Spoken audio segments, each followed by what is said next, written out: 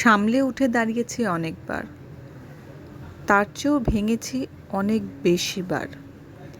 পাশে থাকা রয়ে যাওয়ার হিসেব করার প্রয়োজন পড়েনি কখনো।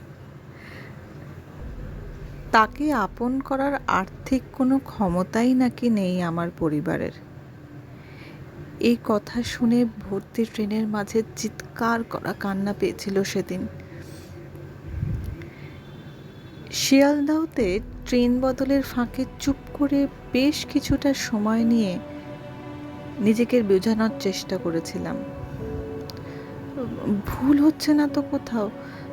বুঝতে ভুল হয়ে যাচ্ছে না তো? বেশ কিছুক্ষণ পর যা বুঝলাম তা বড়ই নির্মম, কঠিন সত্য।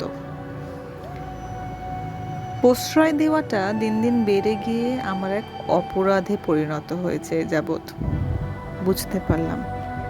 নিজেকেও বোঝালাম, মন শক্ত রেখে নিজেকে সাথে নিয়ে বাড়ি ফেরা।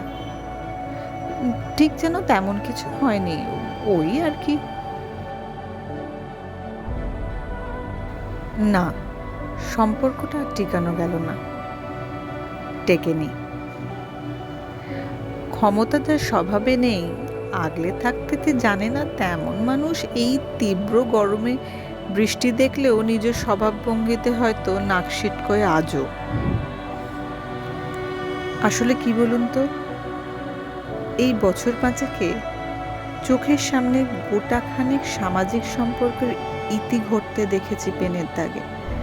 তাই বাড়িতে এই ব্যাপারে কিছু জিজ্ঞাসা করলে কেমন একটা আতঙ্ক জাগে, অজানা ভয়ে কেমন যেন তাড়া করে বেড়ায়। এই বেশ নিজেকে সামলে হেলে দুলে বছর পার হচ্ছে, মন্দ লাগছে না। এই যে মাঝে মাঝে ব্যাগের চেন টেনে নিজেকে পরিপাটি করে গুছিয়ে নিয়ে নীল আকাশের হাতছানির ডাকে সাড়া দেওয়ার ব্যাপারটা ভালোবাসা। হয়তো এটাই ভালো কিছুর প্রকৃত আশ।